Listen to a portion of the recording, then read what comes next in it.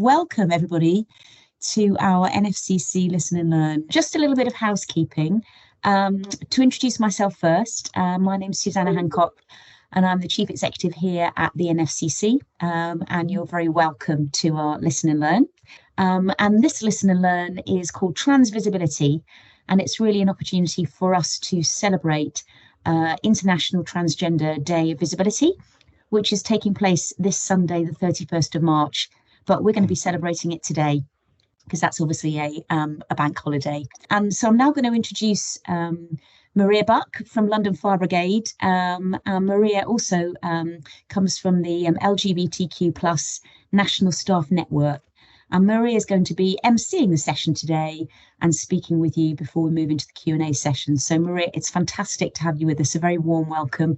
Handing the mic over to you. Thank you very much, Susanna. What a warm welcome that was. I'll introduce myself. I'm Maria Buck. My pronouns are she, her. I am based within London Fire Brigade at the moment. My journey into the fire service, I was fire and rescue staff first. So I was Green Book. I was a youth worker within Derbyshire. I became whole-time in Lincolnshire and transferred down a few years ago into London Fire Brigade. I also, as Susanna has said, I'm the Vice Chair of UK Fire Pride, which is the national network, which is attempting to get all our staff networks together under one umbrella and support them within the fire and rescue service. And that really is the journey that we've taken with the NFCC. Is brought us to a couple of these Listen and Learns now, and especially this one. And I'm proud to have been asked to not only chair this, but to see who would be ideal to come and have a chat with everyone who wants to learn and have a conversation around trans visibility. So before I hand over to the people that are going to be speaking today, because they're going to be speaking on behalf of themselves. So thank you very much, everyone. The session that we're going to do first is around a support group for trans and non-binary people within the fire and rescue service. It's very new. It's not. It's in the initial stages at the moment, but I thought it'd be prevalent to come along to here to share why they felt it was necessary to do that. And that'll be Shelley Morgan from London Fire Brigade. We've got Lou from London Fire Brigade, and we've got Laurel, who likes to be called Lolly, from Lincolnshire Fire and Rescue. They'll do their bit first. I'll thank them, and then we'll go straight to Karen McDowell from Northern Ireland Fire and Rescue Service, and then we'll go into questions and answers. I'll let the participants introduce themselves rather than me doing it for them. And without further ado, I will hand over to Shelley. Hello, everyone. I would like to thank you for inviting me to talk to you today. As Maria said, I'm the FBU LGBT+ London Chair, and I've been asked to talk to you today about how and why we've established the National Trans, Non-Binary and Non-Gender Conforming Support Group. A harsh reality that often goes unnoticed or ignored is the marginalisation of trans, non-binary and non-gender conforming individuals in our society. Despite progress in recognising and respecting diverse gender identities, discrimination and prejudice persists, casting a shadow over the lives of our colleagues. Trans, non-binary and non-gender conforming people face systemic barriers, not only in employment, but also healthcare, education and everyday interactions. They endure discrimination in the workplace, from battling stereotypes to prejudice within the institution itself. Too often, we hear about harassment and unequal treatment against this community. Beyond these tangible challenges, the marginalisation of trans, non-binary and non-gender conforming colleagues takes a profound toll on their mental and emotional well-being. Constantly navigating a system that denies their identities and undermines their humanity, they grapple with high rates of depression, anxiety, and suicide. Trans, non-binary, and non-gender conforming firefighters demonstrate extraordinary resilience, refusing to be defined by narrow-minded perceptions of their gender. They have shown up every day, ready to answer the call of duty, regardless of the discrimination or ignorance that they may encounter. Their commitment to excellence serves as a testament to their unwavering resolve and dedication to their profession. But let us not mistake resilience for acceptance. Too often, they are forced to conceal their identities or endure harassment in order to fit into a culture that fails to fully embrace diversity, a culture we are committed to change.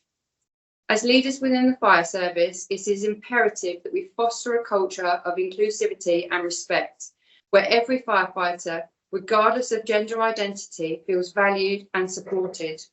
We must actively challenge discrimination and bias and champion policies and practices that promote diversity and equality. We must listen to the voices of trans, non-binary and non-gender conforming individuals, amplify their stories and advocate for their rights. The London Fire Brigade FBU LGBT+ and Network section has recognised a critical gap in representation for our trans, non-binary and non-gender conforming members at a regional and national level. Our regional meetings in London have not seen the participation levels that we deem necessary. With the ongoing review of trans policies across the FRS, it's imperative to gather first-hand experiences from those directly affected by policy changes to grasp the challenges and barriers faced by trans, non-binary and non-gender conforming individuals within our ranks. We must impress upon all fire services the importance of extending protection beyond what is legally mandated. While non-binary status may not be a protected characteristic by law, it is indispensable that our policies afford protection to everyone. In the face of escalating attacks on trans and non-binary communities, exacerbated by pervasive media scrutiny, fire services must stand as a pillar of support, fostering environments where our colleagues feel safe and valued. In the pursuit of this mission, I have initiated discussions with Lolly and Lou to establish a national trans and non-binary support group. This will be set up by the LGBT+ FBU and supported by UK Fire Pride.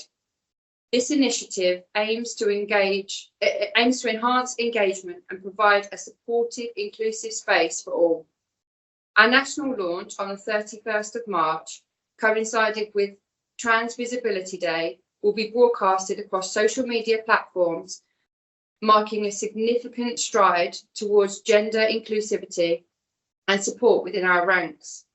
Let us honour the courage and resilience of trans, non-binary and non-gender conforming firefighters by standing beside them in solidarity, advocating for their rights and working together to create a fire service that reflects the diversity and strength of our communities. I encourage you to seek out further resources and information, strive to better your knowledge and understanding of our trans and non-binary colleagues. Don't be afraid to ask those appropriate questions and actively engage with support groups like ours. Together we can be the change and start paving the way to an all-inclusive fire service. Thank you for listening.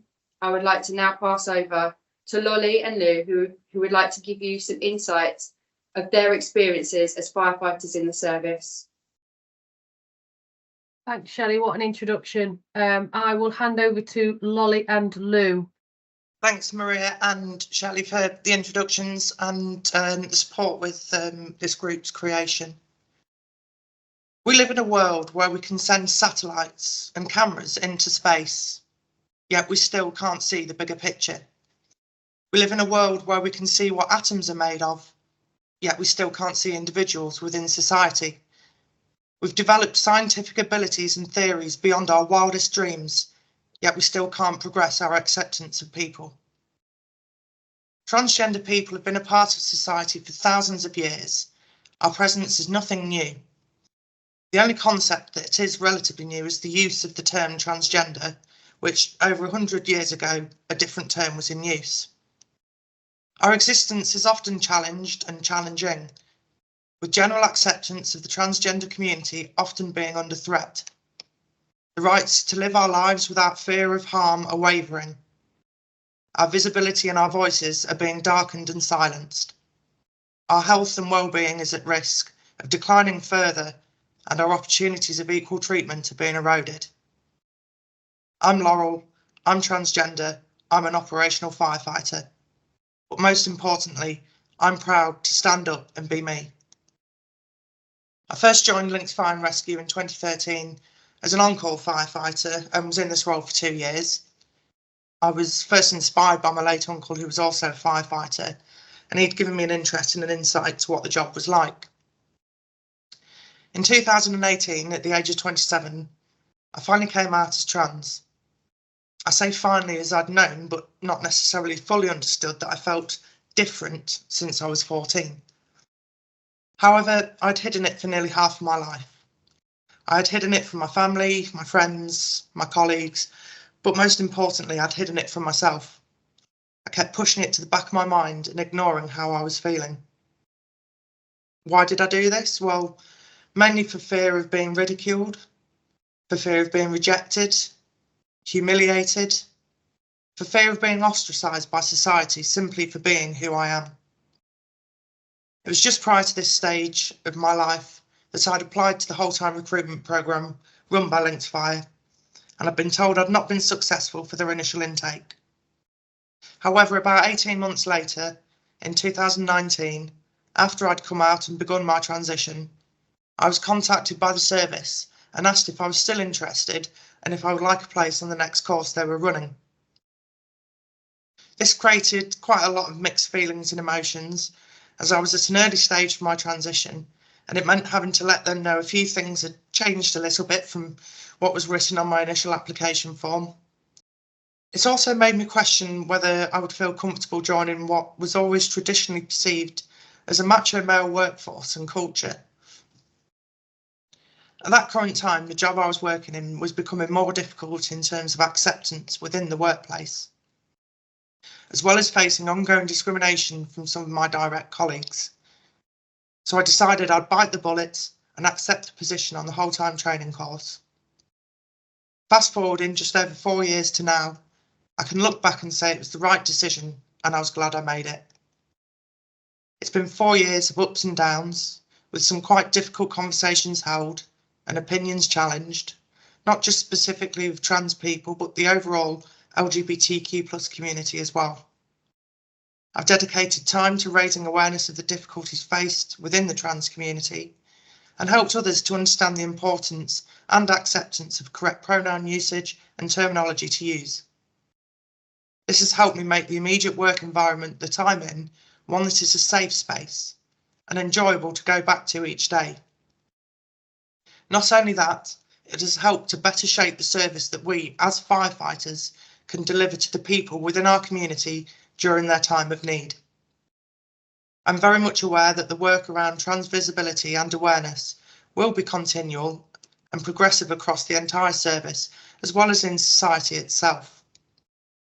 To pretend that there is a high level of acceptance and understanding from the majority of people would be naive. I'm privileged to belong to some of the most supportive, accepting and wholesome groups and networks, whether this be our local services LGBTQ+ staff network or larger scale national groups such as the FBU LGBT+ section and UK Fire Pride, amongst others. It has allowed me to connect with other individuals who have had similar relatable journeys, as well as furthering and bettering my knowledge and understanding and awareness of other people's journeys, difficulties and struggles.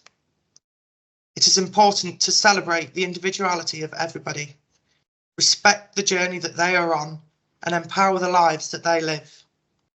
To judge a person doesn't define who they are, it defines who you are. Together, we have a shared voice and greater visibility. Together, we won't be silenced or hidden in the shadows. Together, our health and well-being will improve and our opportunities of equal rights will be stronger. Together, we can challenge those who question our existence. Thank you very much. Thanks, Lolly. Thank you very much, and appreciate your candid view and your shared experience with us. Lou, I will hand over to you. Thank you. Hi, thanks Lolly as well. Yeah, my name is Lou. I'm a firefighter at Stoke Newington Station in London, and I'm trans. My pronouns are they, them, and I've tried to fit into lots of different identities over the years, but being non-binary for me feels right. because I just don't feel like I'm forcing myself to fit into a mold. Instead, I'm just figuring out who I am. So yeah, today I want to talk firstly about trans visibility as a concept, and then I'll touch on my experience joining the fire brigade. Yeah, I've only been a firefighter for 3-4 months now, so yeah, very fresh. I think visibility is a double-edged sword. On the one hand, everyone needs role models when they're growing up and figuring out who they are.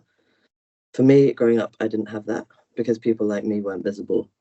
I had to search for people like me, and I'm extremely grateful to the ones who came before me, who were brave enough to show that we do exist, in the hopes that it would make it easier for people in the future. That made it possible for me to live a happy life. And yeah, that's the benefit of visibility.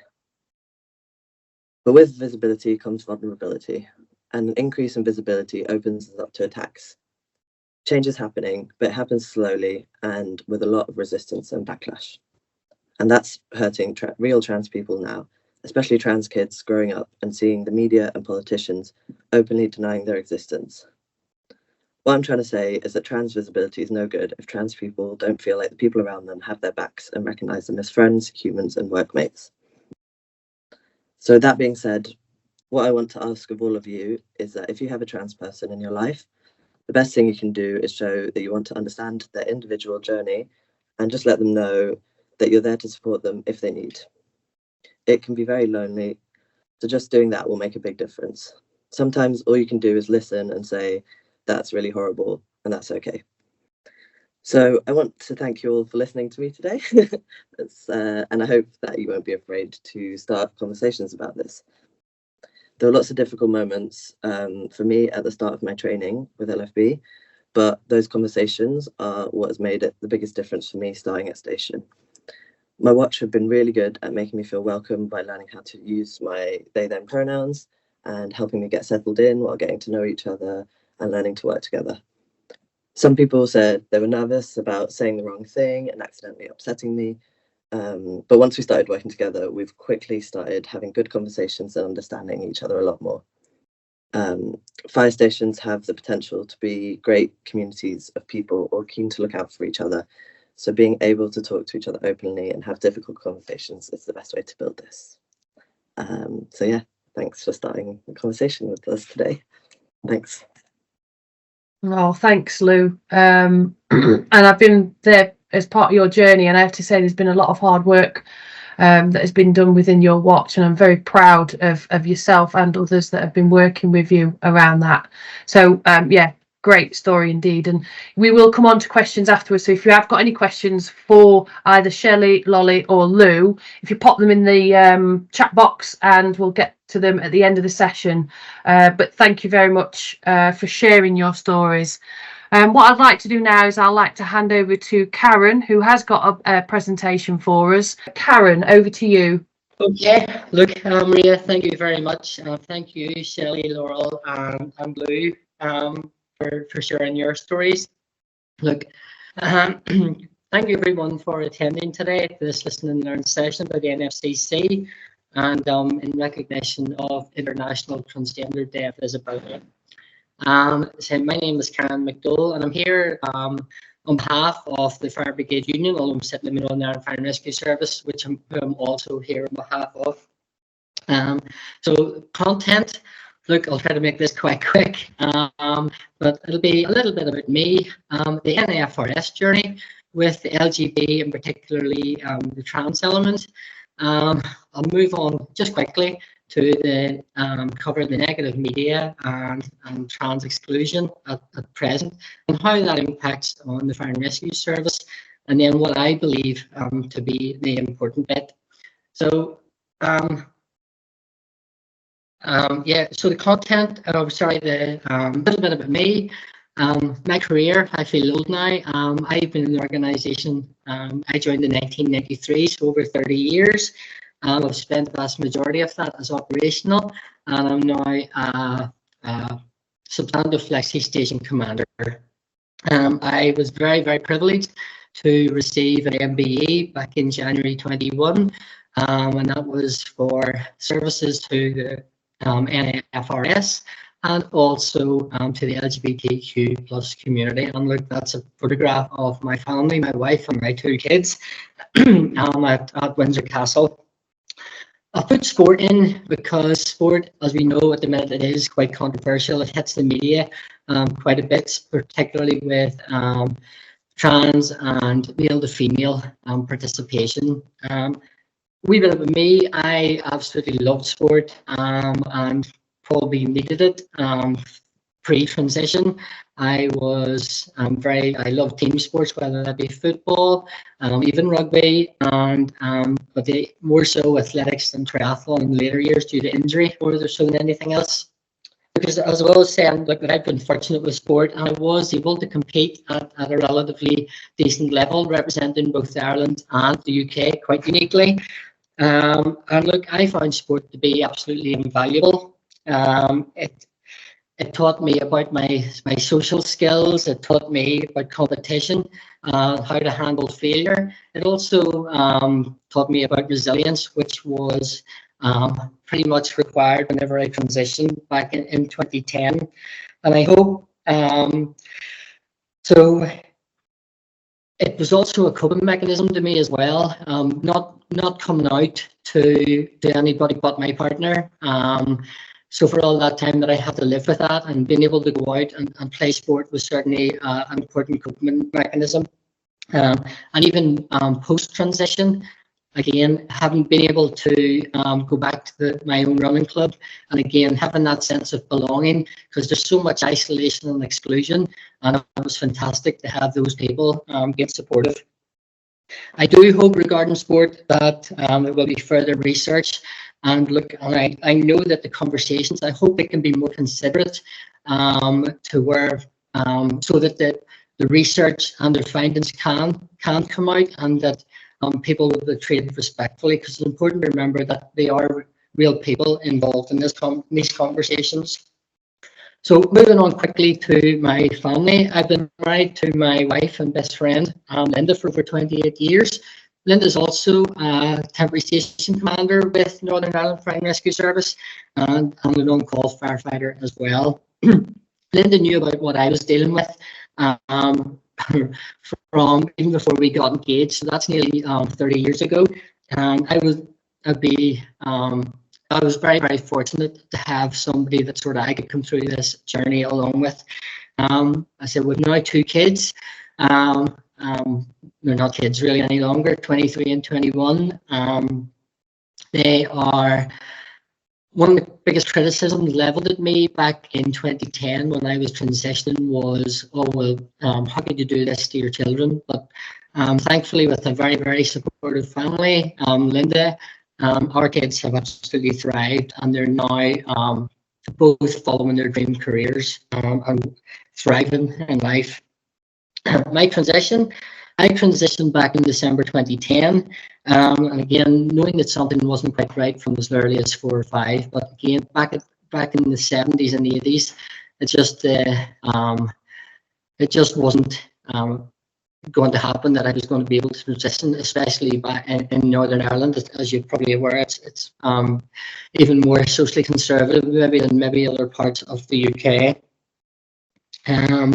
I honestly didn't think I ever would have to, but it became untenable. I tried to fight it for years, whether that was within my job, whether that was within sport, anything that I could do to occupy and take my mind off it. But when we did, and it was a decision that it was best for us all, including the family, there was lots of planning went into it. Again, to give my organisation, to give my job time to get ready, because I was the one with the biggest, I suppose, the most invested interest that it went well, so I did give them that time. That might not always be the case going forward for other organisations. So again, the journey with NAFRS, and on the side, I'm sorry you can't see the slide, so I'll say, was NAFRS prepared? And I'm not going to say no, I will say not really. Northern Ireland was socially and still is quite socially conservative, and it just wasn't on the radar for our organisation. But we did have our own equality issues, as I'm sure you're aware of, and that whether that be religious or political, with nationalist and unionist. So we did have a very good HR department, and we did within our organisation have all our personnel. There was that tolerance of difference and respecting others, so that really was a good place to start from. As NAFRS had really remained neutral throughout the Troubles and impartial. So a wee bit on our organisation, so I'm going to cover the good and the not so good. Excuse me, take a wee drink.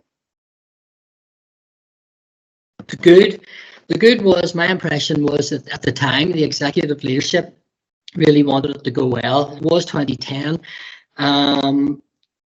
Equality in the HR team also really wanted it to go well, and they made themselves with a wee bit of guidance from myself, because remember at that time it looked like we were going to be one of the first fire and rescue services in the country to have somebody openly transitioning.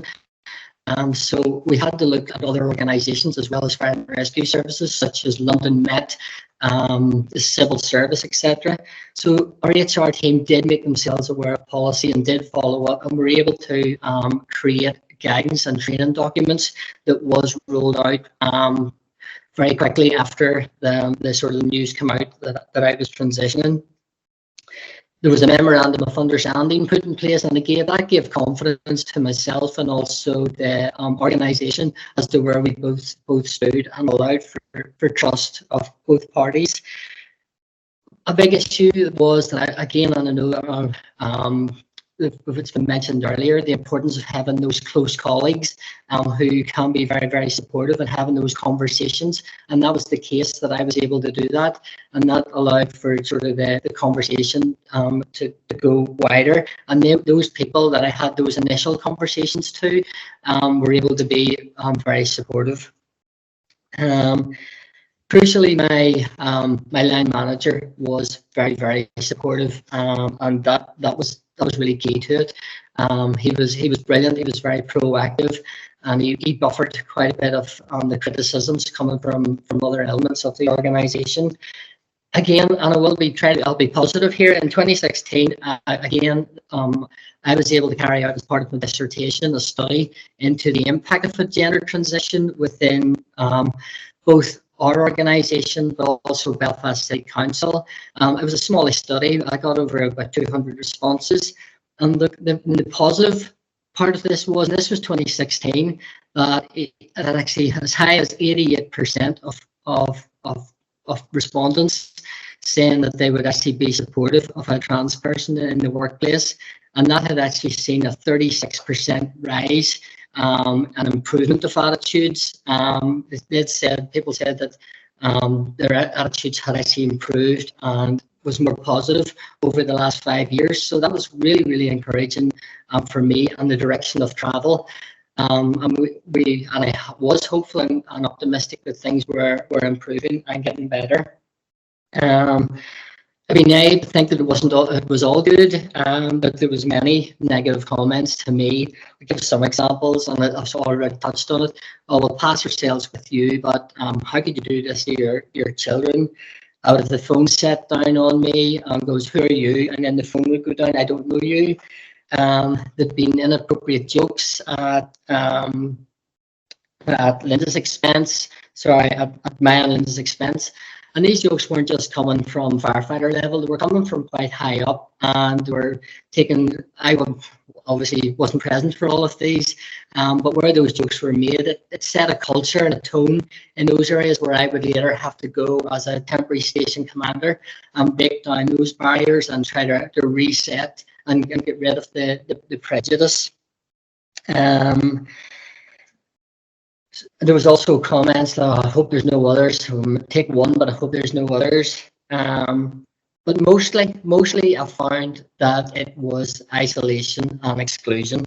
To be honest, on the whole, I found that most people were friendly with me on a one-to-one basis, but where that would maybe slightly change then on if there was a bigger crowd. If I was going to training sessions or going to meetings, I might have probably find, especially if I was there early, I would be on my own. So what I did do is I sort of tried to, I ended up maybe arriving a wee bit later, so that at least I would have the control whether I sat my own or whether I sat with others. That said, there was a gradual shift, and it did. It took time. It took probably about 5-6 years before I really noticed, okay, these aren't happening anymore. So yes, so certainly for the first few years, of every day, every shift that would have been, there would have been some sort of negative behaviour. On the flip side of that, even part of those days would have been good. I had those people that were supportive, and that, I suppose that was the overwhelming how I managed to get through it. That there was so much support out there as well, and the negative experiences were of people that were few in number. It wasn't just me impacted, and I say Linda to a slightly lesser extent, but I'll also say my manager. Again, that in his own words, when I did my research, he said this was the biggest thing and most responsibility ever put in me, and I wasn't sure where I was going to go or who I could talk to. So, and that's the message here. It's about being prepared so that we're all able to deal with this and we have the information. And I already said he had to take a lot of and absorb a lot of aggravation from that. So he did that on my behalf. The next part is the leadership and visible support. So NFRS went through a substantial period where we didn't really have a substantive chief or assistant chief, and our leadership team maybe wasn't always as progressive as what it was maybe at the start, and certainly what it is now. We are definitely in a different place. Luckily, unfortunately for me, that I did have the legislation in place that gave me protection as I was under medical care, and I know that the legislation is slightly different here than it is over in Great Britain. But what again I was able to do during this period of time, my job enabled me to go out and take temporary. At that time, as I was substantive watch commander, I could take temporary station commander roles, and I did, and I went out and I just did my job to the best of my ability.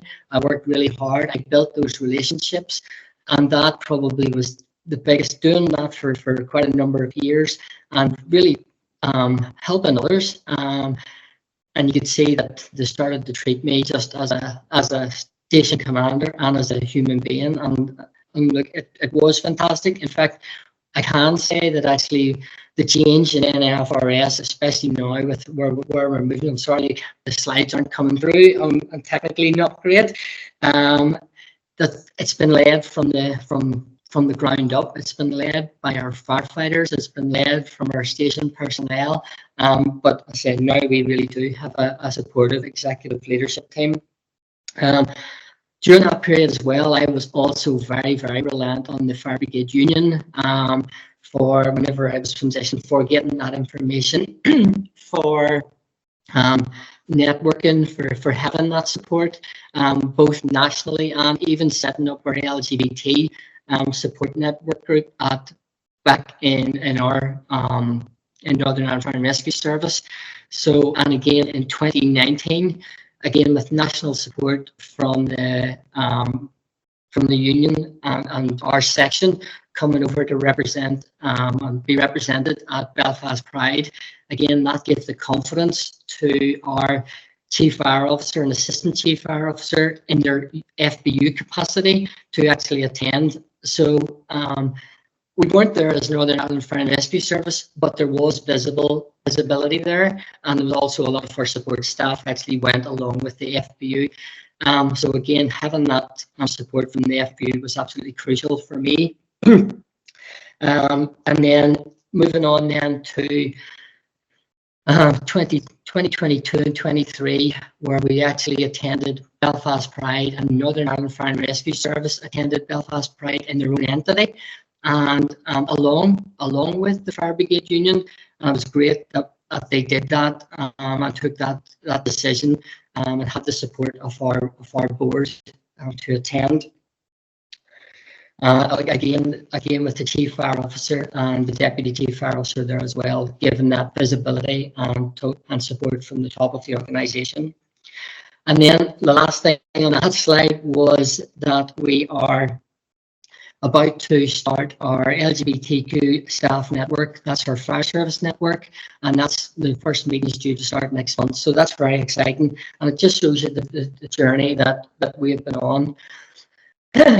I was going to cover the newspaper articles, and look, I can't. The slides aren't coming up, and apologies for that. But what it was just slides showing the number of articles that have been out in the last from 2016 right up to 2023, and it was shown that there's been a massive rise, especially in the last couple of years, with the amount of articles that are based at the trans community, and unfortunately they're all, with the exception of a couple which are shown impartial, they're all negative. In fact, since 2015, it's hard to believe this, but 154 articles each month from 2015, that's about 13,000 newspaper articles. The vast majority of them negative, are focused on less than 1% of the UK population. It's hard to understand and see where it actually is going, but the reality is that it does have a negative impact. The anti-trans hate crime has risen considerably in England and Wales. There was just over 2,000 cases reported in 2018-19, and that's now up to very nearly 5,000 in 22-23. That's over 100% increase in the space of 4 years. And unfortunately, you'll all be aware of the murder of Brianna J back last February, and Mrs. Justice, that she did rule that it was in part because of hostility to Brianna's transgender identity. So the reality of this is that many media and high-profile political representatives out there will try and dehumanize it. The reality is it impacts on real people, on human beings, and just trying to get on with their lives. Although I will be positive, my negative encounters now are so very few in number, particularly in the workplace. But when they do occur, there is still that real hatred, and that is in part from all of the negative and unwarranted media attention that's currently going on. So how that impacts then on the fire and rescue service? Well, we'll know from 2018 and the inspectorate reports that there is a culture of poor behaviours and bullying, harassment and discrimination. And I'm naive to think, although not mentioning trans specific, it certainly does mention the LGBT community. And there is that, and you'll see in my case where you don't really want to report it because you just want to get on and you want to be positive. But sometimes it does need, it needs to be known. What I will say is, when I did see the independent culture review of the London Fire Brigade, and it actually did mention transphobic abuse. As bad as it was to see it, it was actually, in a way, it was good. Okay, at least we understand this is real, this is happening, and then we've been able to set about. And I know London Fire Brigade have been working hard to address this and have moved considerably. So, and again, it would be naive to think that it was just these were happening in London. We know they're not. They're happening in every fire and rescue service or brigade throughout our country. Then finishing off here, look, what I believe is important. It's important that our people and our partners we serve are people first, okay? And that's whether that be our colleagues, whether that be our partners, or whether that be from our community.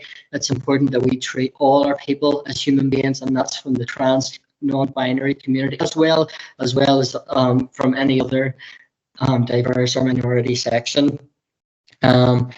it's important that we do know that the legislation is there, and despite the political, sometimes the political rhetoric that you may hear, that the legislation is currently there, and that does protect trans people within the workplace, and where it doesn't in the terms of non-binary, we should be really showing leading by good practice and treating people like human beings.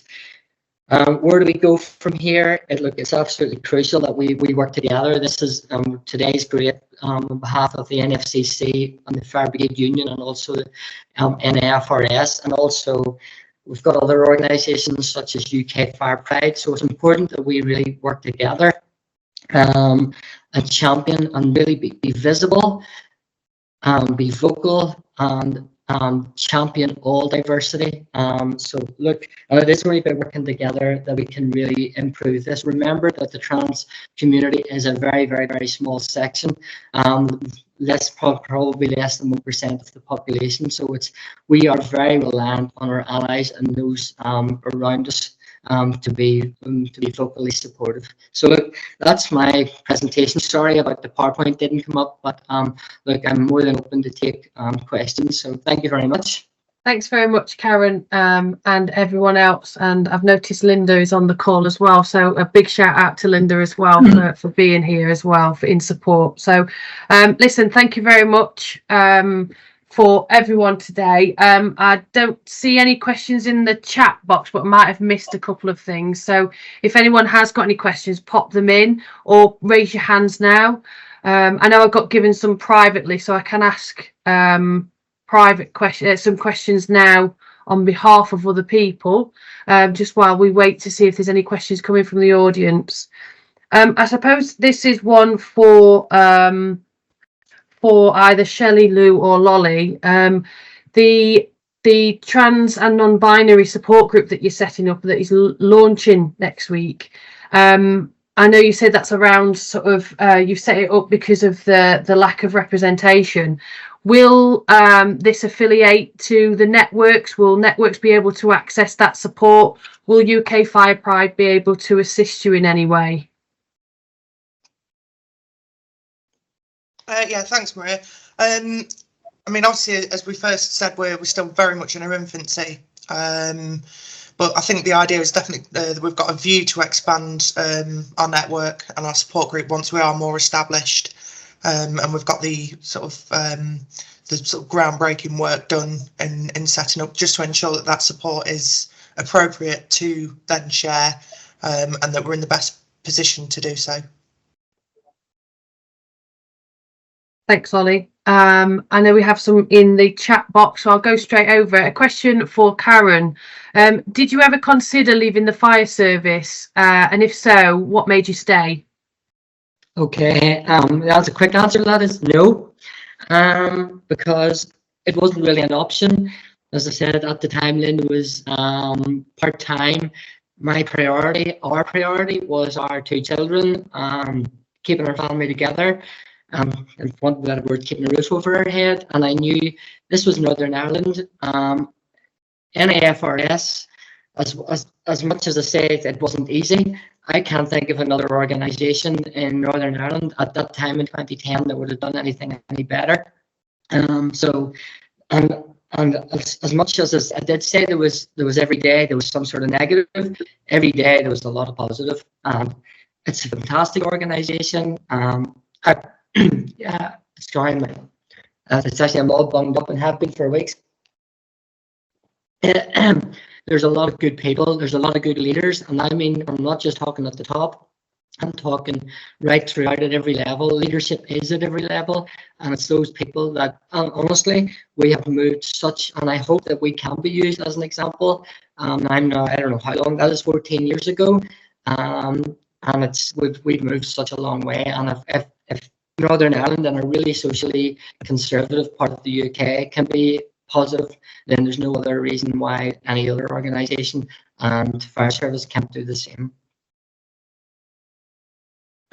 Thanks, Karen. And I suppose this is open to all the panel, really. what advice would you give other fire and rescue services about how we can proactively support trans colleagues who may not feel comfortable to be themselves yet?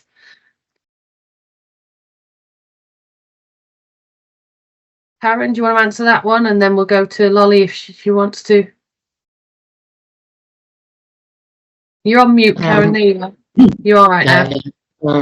Look, it's hopefully this, like for me, whenever that there was a number of years, well, that I goes, this isn't possible, as there's no way that I can do this. And I think knowing that the support group was there, knowing that the Fire Brigade Union at the union in Northern Ireland wouldn't have been so progressive. I'll put there. Whereas I knew that nationally that I had that the national section was there. So I suppose it's through talking. We now have the UK Fire Pride as well. Hopefully most services will have their own LGBT plus sections. And if they can talk, and they can hopefully if they can find out that it won't all be negative. And hopefully that will give the confidence that they'll be able to be in a better place and stronger. And hopefully resilience is something that will have to be put to the side. But knowing that they'll be supported through that journey, I think, is the important part. Thanks, Karen. Lou, Lolly, do you want to add to that? Yeah, absolutely. I think one of the absolute key things that that we've discussed very much today is that talk to that individual, recognise that individual is an individual, is a person, is not just a name on a bit of paper or another statistic or a number. You know, value that person, and just through that alone can be so empowering. And I think services can learn so much from just talking to an individual, getting to know, what their specific individual needs are, what support that they would, really like to see, and what would benefit them, as we would with any other reasonable adjustments for anyone from a characteristic background that needs them, and just to have basically approach it with a very sort of open willingness to learn and develop. Lou? It's kind of the same. There's another question in the chat that it's kind of the same question, I guess. I guess for me, the big difference was allies like approaching me, and people like Maria and Shelley and other people from the union while I was in training, because I didn't really know who to reach out to. It was all like a big, scary new world that I didn't know how to navigate or something. So yeah, the big difference for me was people like reaching out and just connecting me with other people, just like figuring out what my specific needs were, and just having someone to talk to, and just connecting me with other people with similar experiences that made a huge difference to me, and made me feel more comfortable in this world. Fire service. Thanks, Lou. That's brilliant. And I suppose it goes on to, there's a question around role models, and I suppose role models within the fire and rescue service, but role models in the wider society. Are there any particular role models that sort of helped you along your journey, or anyone that you can think of that it potentially has helped you along that journey? Do you mean in the fire service? Yeah, or any other role models that you've sort of noticed out there? Because we always say around, especially the belief around fire and rescue service with role models, you can't be something you can't see. So and that's very true amongst quite a lot of the sections. And I'm just wondering, is there anyone in particular that was in the fire and rescue service, or is it someone out in the wider community that has assisted you, helped you, supported you? And that's for everyone, Karen and Lolly. I don't think it's any individual. I think it's more just the community, and it was like not just queer and trans people. It was like allies, like other firefighters that were just like kind to me and noticed that I might have been struggling a bit with some things, and not just with gender stuff, but like, yeah, lots of other, like, just training is hard. And yeah, and especially, I guess, yeah, me and Shelley have started having, Shelley, yeah, approached me, and we've been opening these conversations at my station with other watches and just people who I encounter. And that has been really useful for me, because having Shelley there to answer questions, or like, yeah, just be there to support me and answer any questions I don't want to answer, or yeah, just starting those conversations on station has been really, really useful. Because now I think, yeah, people just aren't nervous to talk about it anymore, and that's the best thing that's happened for me. Oh, thanks, Lou. Lolly, do you want anything to add, or Karen? Yeah, one of the biggest things that I said in sort of my little part of the presentation was, well, I think one of the strongest things is networking, and I think that's the sort of key aim that we've got for this support group is just to make sure that you're not alone, and you know, that's the advice I would try and give anybody that's in a difficult situation, is that although it might feel that you are not alone, whilst your journey is very much unique to yourself. Absolutely, there are people that have you know, that have had real lived experiences along similar lines, and tap into those resources, ask the questions, and just kind of develop your own understanding and knowledge. And I was very fortunate to have friends who had transitioned, so I was able to kind of lean on them in the early stages. And then certainly when I joined the fire service, one of the absolute lifelines was the FBU section, just meeting people, you know, from around the country, and basically kind of realizing I'm not alone. And I think that was so inspirational and wholesome, was just learning from others, and sort of as I ended my presentation on that, you know, together we will shout louder, and we will be more visible, and we're stronger. Thanks, Lolly, and I've been proud to be part of that journey as well for yourself. So thank you very much, Karen. Yeah, going back to just prior to me transitioning, there wasn't an awful lot of visibility, whether that be in the media. Maybe that wasn't a bad thing. Now, where we are now, but where I did have role models, maybe not so much in the trans community, but certainly within the LGB community, whenever in starting those conversations on, particularly when I was nervous about transitioning in the service, knowing that other people, and being able to talk to the like of Pat Carby, who's our national secretary within the national section of the FBU, and knowing what he had been through, and how he had dealt with that, but he was still able to carry on and just be there and be supportive, and help the whole section. So the role models just weren't trans. They were right through it, because we all have difficulties to encounter through life. So it's important to look to that and see how those difficulties can be challenged or can be overcome. So yeah, that was my role models. Thanks, Karen. I've just noted in the chat, Ashley, you said you had to go. I don't know if you've dropped off the call or if you want to make comment. Yeah, thank you. Thanks for allowing me to come in. I couldn't leave without saying thank you so much for sharing what amazing, strong, inspirational, trailblazing people have been speaking today. So thank you so much. And I just wanted to mention, as an ally, something I've been looking at during this week is not being that bystander. You know, we're not going to be a voice for people, but sometimes people need that support. There's nothing worse than being in a room where you're the only person defending a situation, or I think it's just making sure we're actively supporting individuals, but not being their voice, but being a supportive voice. And the final thing I'd like to say is I think this is a great example of where reverse mentorship would really work. And I know there'd be many senior leaders that would really appreciate reverse mentorship, because I'm very much about asking individuals how we can support and what they would like.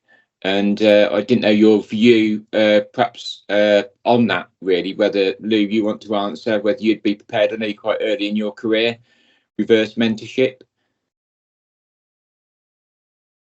Sorry, what is reverse mentorship? So really, it's basically just where you, no, it's okay. It's just really, it's quite a new thing, to be honest. It's just really where you kind of are mentoring someone that's more senior than yourself around what it's like to be a trans person. It could be a number of things, but in your case, that's what it could be. I think what we could do, Ashley, is we could arrange a meeting with yourselves, Lou, Lolly, maybe Karen, whoever, and we can have a chat outside of this to maybe see if we can get some momentum behind that. Would that be all right, Ashley? That'd be really good, thank you. Yes, please. Yeah, no problem. Thank you very much. Thank you. I notice we are cutting fine to time and people are dropping off. So what I would say again, and I'll hand over to Susanna in a moment, is just really thank you very much, everyone, for listening and engaging. And you've got my email address. We're available to speak at any time. I'm available after this if anyone would like to contact me. We'll get that PowerPoint out to you as soon as I can. Sorry about the fact that we couldn't get that through to you straight away, but listen, just a huge thanks to me. I hope you've learned something. Please do celebrate the day on your social medias, within your fire service. Thank you very much, everyone. Thanks, Susanna, for inviting us.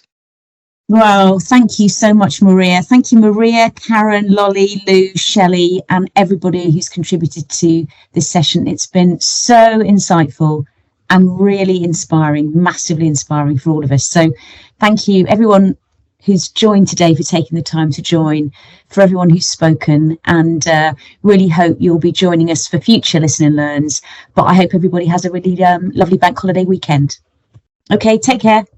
Bye-bye.